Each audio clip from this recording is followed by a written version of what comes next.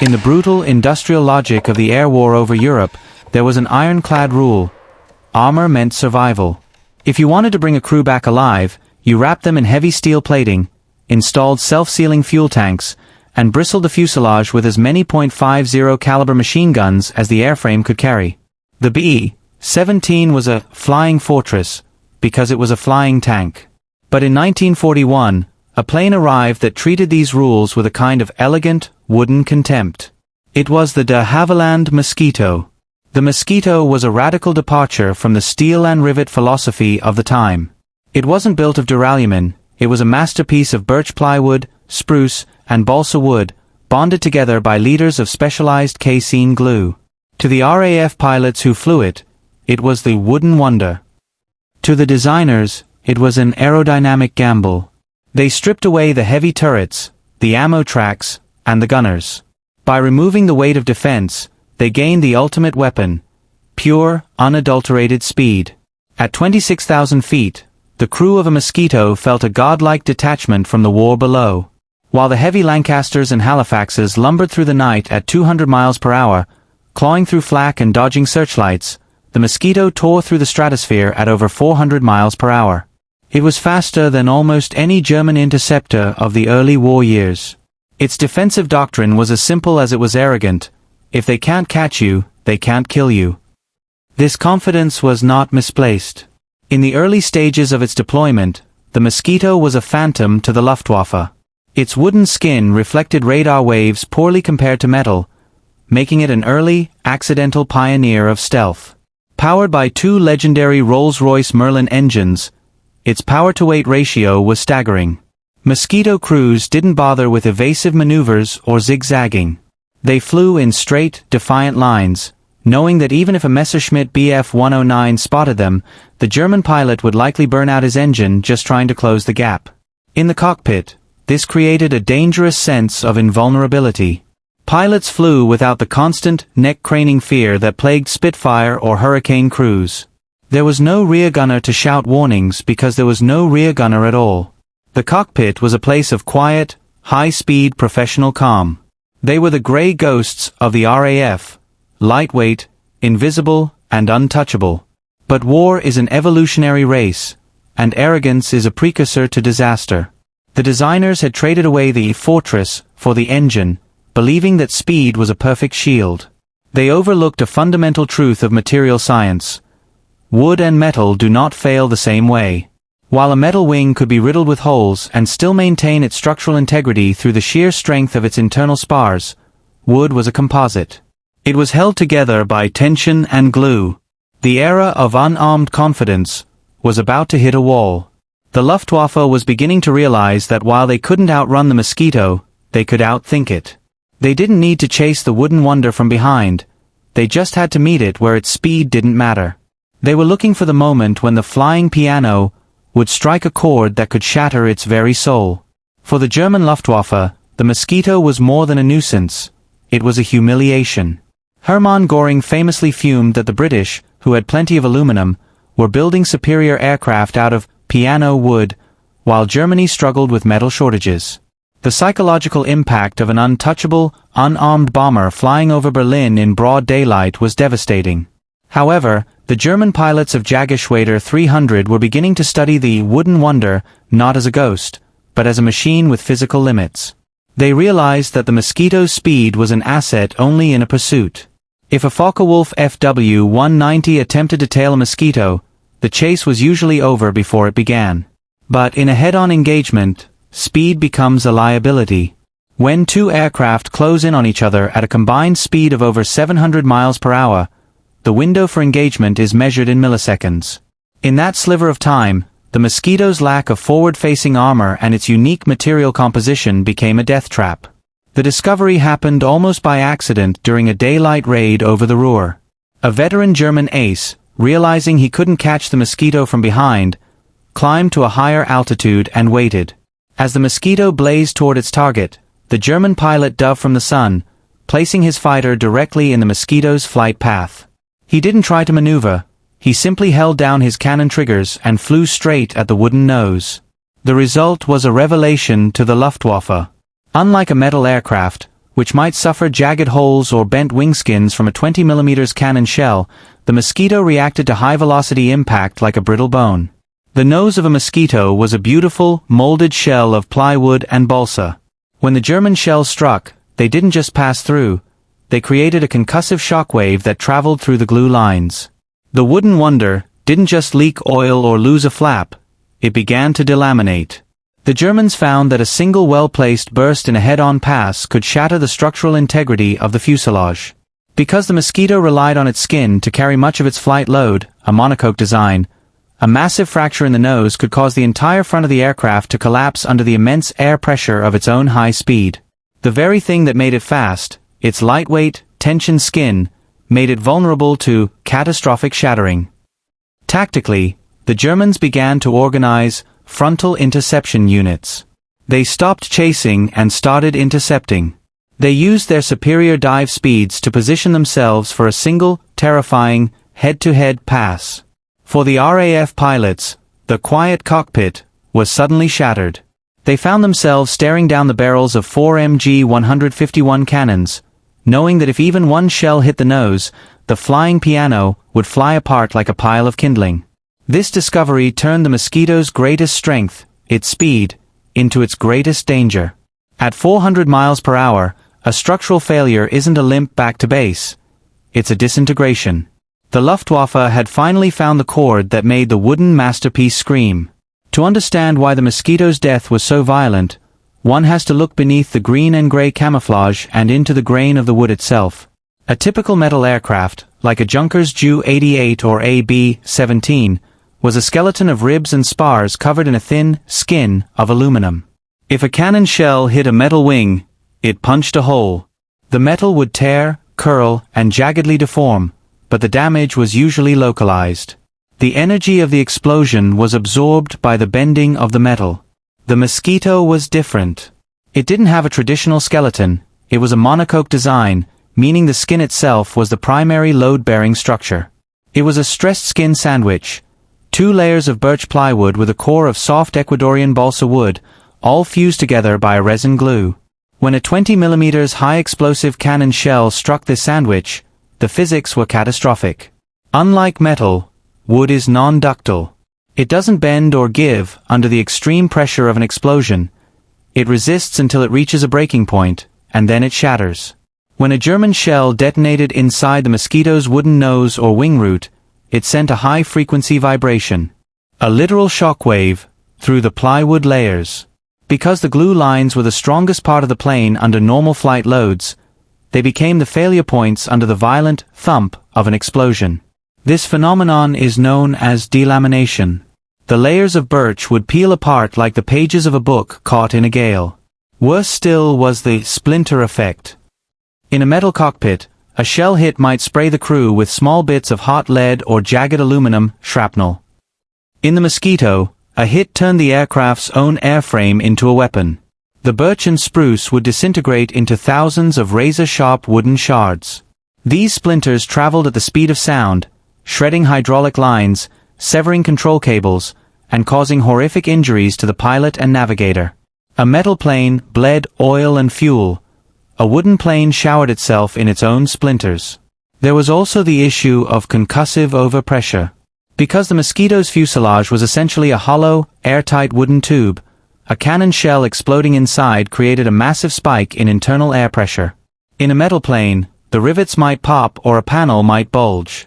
In the Mosquito, the internal pressure could actually blow the lid off the aircraft, causing the large, molded wooden sections to separate at the seams. Witnesses to these mid-air destructions often describe the Mosquito as simply vanishing in a puff of matchsticks. There was no burning wreck falling slowly to earth. There was only a cloud of debris that looked like a woodshop floor. The very material that gave the Mosquito its lightweight, radar-evading wonder status was the same material that lacked the toughness to survive the modern 20mm Meningescus mine shell. The Achilles heel was now fully exposed. The wooden wonder was a high-performance instrument that could be destroyed by a single, well-placed, wrong note from a German cannon. The RAF was forced to realize that if they wanted to keep their elite crews alive, they couldn't just rely on outrunning the enemy. They had to change the way they fought. The realization that the wooden wonder could be shattered like a violin in a street fight forced the Royal Air Force into a rapid, desperate tactical evolution. The era of the lone wolf mosquito, screaming across the continent in a straight line, was over. If the Luftwaffe had learned to wait in the sun for the head-on pass, the RAF had to learn how to clear the path. The first major adjustment was the end of the straight and level doctrine. Previously, pilots relied on their airspeed indicator to keep them safe. Now, RAF instructors began preaching a weaving approach. Even at 400 miles per hour, pilots were taught to constantly shift their flight path, making it impossible for a German interceptor to calculate the lead-on for a frontal attack. They traded a small percentage of their forward speed for the safety of unpredictability. But the real change was in mission profile. The RAF realized that the Mosquito's vulnerability to delamination meant it could no longer be used in low-priority daylight zones where German interceptors were concentrated. The Mosquito was shifted into more specialized roles where its speed remained an absolute advantage, but its fragility was mitigated. This gave birth to the Pathfinder units, elite crews who would fly in ahead of the main bomber stream. Their job wasn't to sustain a fight, but to drop high-precision markers and vanish before the German frontal interception units could coordinate. Furthermore, the RAF began to utilize the Mosquito in night intruder missions. In the dark, the German head-on tactic was nearly impossible to execute. The Luftwaffe pilots couldn't see the Mosquito clearly enough to line up a 700 miles per hour closing speed shot. By moving the wooden wonder into the shadows, the RAF allowed the aircraft to regain its phantom status. There was also a significant technical field fix regarding the crew's safety. While they couldn't armor the entire wooden airframe without ruining its performance, the RAF began installing reinforced armored glass and internal steel plating specifically behind the pilot's seat and around the oxygen bottles. They accepted that the wings might shatter, but they hoped to give the pilot enough of a shielded pocket to survive the initial splinter spray of a cannon hit. Perhaps the most famous adaptation was the low-level strike. Instead of flying at altitudes where they could be easily spotted on radar and intercepted from above, Mosquitoes began flying on the deck, sometimes literally at treetop level. At 50 feet and 380 miles per hour, a German fighter couldn't dive on them, and the ground clutter blinded the radar. The Mosquito became a land skimmer, using the terrain of occupied Europe as its armor. These adjustments worked, but they came with a psychological price. The unarmed confidence of the early days was replaced by a grim, high-speed tension. The crews knew they were flying in a masterpiece of engineering that was one cannon shell away from becoming a cloud of toothpicks. They became masters of the hit and run, perfecting the art of the vanishing act. They proved that while the Mosquito had a weakness, a skilled pilot could ensure the enemy never got close enough to touch it. The story of the Mosquito is ultimately a case study in the ruthless arithmetic of war. In aviation design, there is no such thing as a free advantage. Every ounce of performance gained in one area is paid for in another. The de Havilland designers had made a conscious, calculated bargain. They traded servability for mission success. This trade-off created a unique psychological environment for the crews. In a B-17 or a Lancaster, survival was often a matter of endurance. You sat in your armored tub, relied on your gunners to keep the enemy at bay, and hoped the thick duralumin spars could soak up enough lead to get you home. In the Mosquito, survival was a matter of evasion. The moment the aircraft was forced to endure a hit, the bargain failed. This led to a binary outcome in combat. If a Mosquito pilot played his cards right, using his speed, his low-level profile, and his radar-evading wooden skin, he was almost untouchable. His chances of completing a tour of duty were statistically higher than those in the heavy bomber streams. But if he was caught, if he made a mistake, or if a lucky flak burst caught the wooden wonder in a turn, the end was instantaneous. There were very few limping Mosquitoes. While a metal Spitfire could return with a shredded tail and a wing full of holes, a Mosquito that took a direct hit often simply ceased to exist. This fragility had a secondary, often overlooked consequence: material fatigue. Because the Mosquito was made of organic material held together by glue, it was hypersensitive to the environment. In the humid jungles of the Southeast Asian theater, the wooden wonder faced an enemy that no German cannon could match: fungus and rot. The casein glue, which was essentially a milk-based protein, began to break down in the heat. Wings that were supposed to be rigid became supple. Glue lines that held the sandwich together began to fail. The RAF found that their high-speed masterpiece was not just fragile in combat, but fragile in existence. The life of a wooden airframe was significantly shorter than that of its metal counterparts. The trade-off for its incredible speed was a high maintenance cost and a constant fear of structural creeping. The flying piano was a finely tuned instrument that required a climate-controlled concert hall to stay at peak performance. Engineers began to realize that while the Mosquito was the ultimate interim weapon, the perfect tool for a desperate war, it was not the future of aviation. As engines became more powerful and the sound barrier began to loom on the horizon, the limits of wood reached their breaking point. You could only push plywood so far before the air itself became a hammer. The very speed that protected the Mosquito was starting to generate heat and pressure that organic fibers and glues simply couldn't withstand. The Mosquito proved that you could build a world-class fighter out of trees, but it also proved why you shouldn't do it forever. It was a brilliant, desperate anomaly, a wooden lightning bolt in an age of iron. The trade-off had been worth it to win the war, but as the jet age dawned, the wooden wonder would become a beautiful, splintered relic of a time when speed was the only armor that mattered. The Mosquito was the peak of an evolutionary branch that ultimately led to a dead end. As the smoke cleared from the battlefields of Europe, the aeronautical world stood on the precipice of a new era, the jet age. In this new world, the wooden wonder wasn't just obsolete. Its very composition became physically impossible.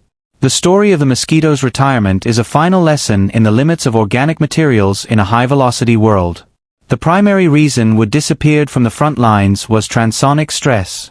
As aircraft began to approach the speed of sound, the air stopped flowing smoothly over the wings and started behaving like a solid object. The shock waves generated at these speeds create immense buffeting, a violent, high-frequency vibration. While aluminum can flex and absorb these vibrations through its molecular elasticity, wood is far more rigid and brittle. Under the stress of transonic flight, a wooden airframe wouldn't just bend. The glue lines would simply disintegrate, and the wood fibers would shatter under the sonic hammer. Furthermore, there was the problem of skin friction and heat. As planes flew faster, the friction of the air against the fuselage began to generate significant thermal loads. Metal is an excellent conductor and can dissipate heat across its surface, but wood is an insulator. At the speeds required for modern jet combat, the leading edges of a wooden wing could actually char or catch fire from the friction alone. The flying piano was literally built to burn. Beyond the physics of flight, the industrial reality changed. Building a Mosquito was an artisanal process. It required thousands of skilled woodworkers, cabinet makers, and piano builders. It was a labor-intensive craft that relied on the availability of high-grade, knot-free Sitka spruce and specialized birch. In a post-war world, the move toward mass production favored the stamping and riveting of aluminum. You could automate the assembly of a MiG-15 or an F-86 Sabre. You could not automate the hand-fitted precision required to glue a wooden sandwich together. Finally, the invention of composite synthetics, like fiberglass and later carbon fiber, rendered wood redundant.